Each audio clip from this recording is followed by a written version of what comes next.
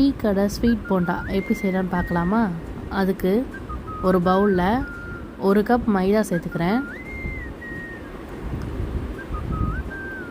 2 spoon ரவை, 1 cup powder sugar,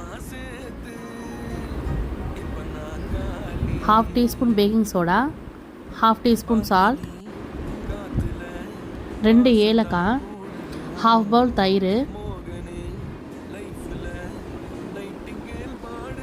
அதே 1/2 பவுலில் தண்ணி சேர்த்து நல்லா பசைஞ்சு 15 மினிட்ஸ் இந்த மாதிரி ஊற வச்சுக்கலாம்.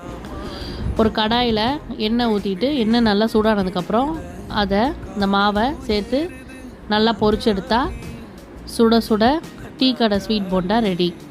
நீங்களும் இதை வீட்டில் ட்ரை பண்ணி பாருங்கள். இந்த வீடியோ உங்களுக்கு பிடிச்சிருந்துச்சுன்னா மறக்காமல் நம்ம சேனலை சப்ஸ்கிரைப் பண்ணுங்கள்.